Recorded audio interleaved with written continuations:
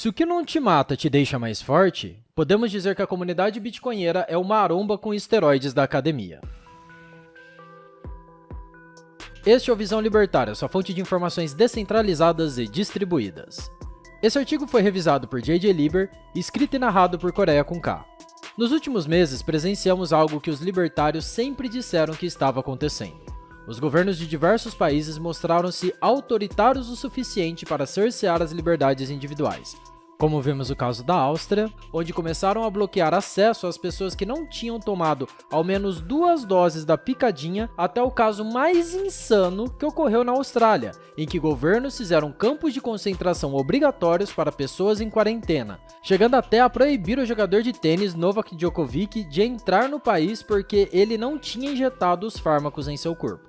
Tudo isso começou há quase 2 anos atrás, quando os governos começaram a fechar suas fronteiras e os reis, rainhas, presidentes e ministros dos países do mundo todo começaram a colocar em prática o que chamaram de Grande Reset Mundial, definido e desenvolvido pelo Fórum Econômico Mundial, que tem como slogan a frase "Criando um futuro mais justo e verde". Essa tentativa de recriar a economia pode ser definida como "você não terá nada e ainda assim será feliz". O projeto, de maneira geral, quer recriar o modelo monetário atual, utilizando-se das CBDCs, acrônimo em inglês para moedas digitais dos bancos centrais, um dinheiro totalmente rastreável, uma ferramenta que iria retirar completamente a privacidade e soberania das pessoas e que poderia estar atrelado ao passaporte da picadinha, em que basicamente as pessoas seriam recompensadas semelhante à ideia do crédito social chinês. Um absurdo do começo ao fim.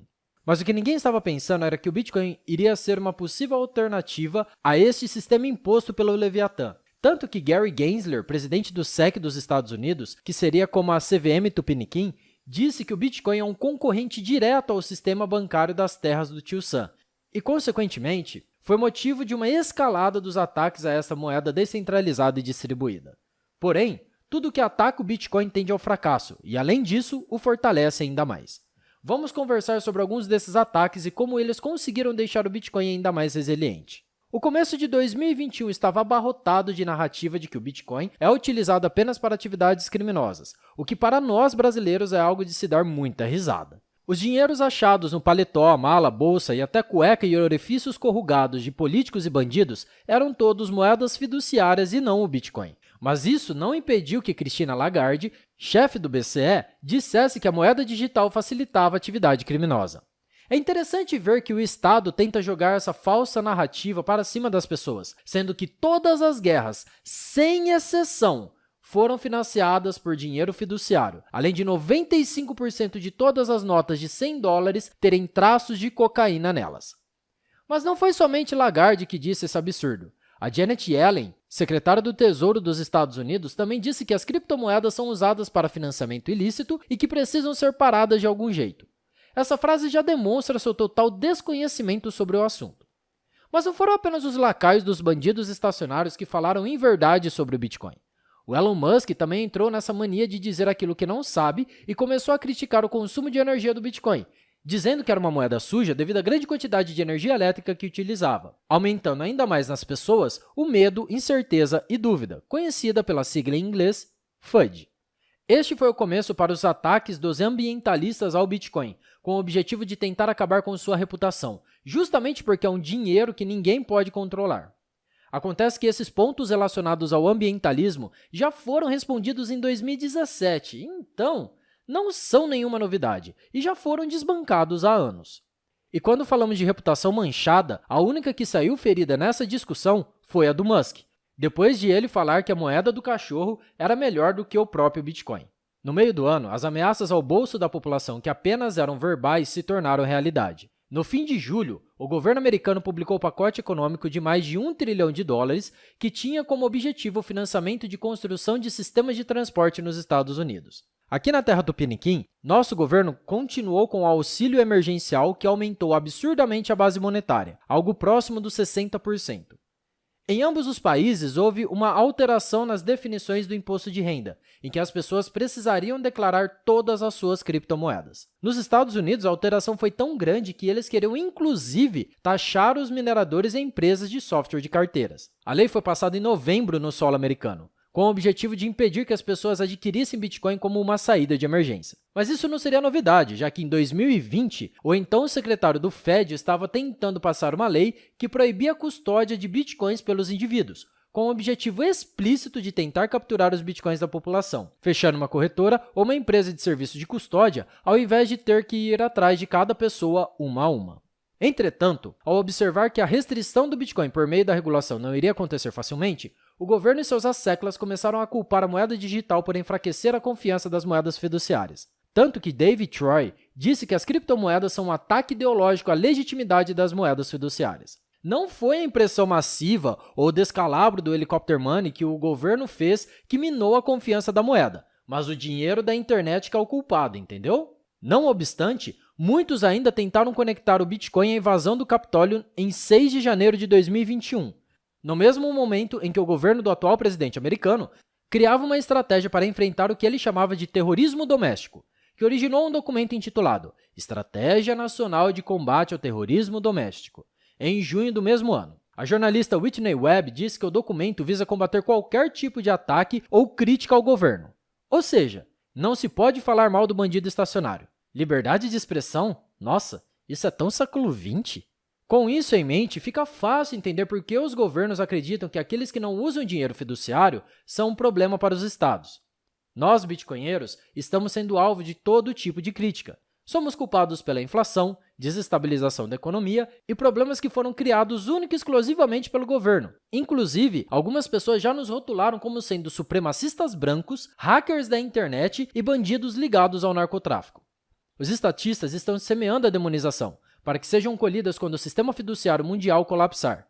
Quando isso acontecer, nós seremos as bruxas em meio à Santa Inquisição. Mas o que todos esses detratores não entendem é que nós, bitcoinheiros, somos uma massa unida, distribuída e descentralizada, que não pode ser parada.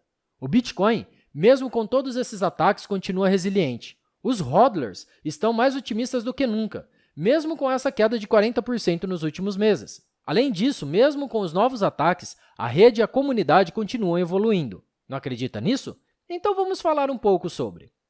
Em fevereiro, no momento em que o chefe do Fed estava tentando criar FUD no Bitcoin, a plebe bitcoinheira criou um movimento no Twitter que muitos desavisados ainda não entendem, os chamados Laser Eyes, com a hashtag LaserRay until 100K.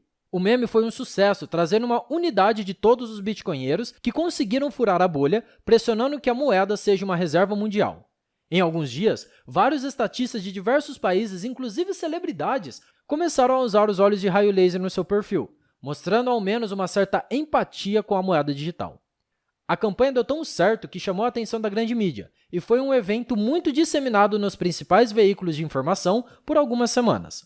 Em abril, em meio à histeria do problema sanitário ocasionado pelo bichinho chinês, muitas pessoas começaram a perceber que os estados estavam mostrando suas garras tirânicas para a população. Nesse interim, vimos vários bitcoinheiros iniciando uma certa resistência em relação ao passaporte sanitário. Começou ali uma união contra essa ditadura, na qual vários indivíduos começaram a dissipar conhecimentos sobre pessoas que conseguiam o passaporte para aqueles que não queriam tomar o remédio de procedência duvidosa.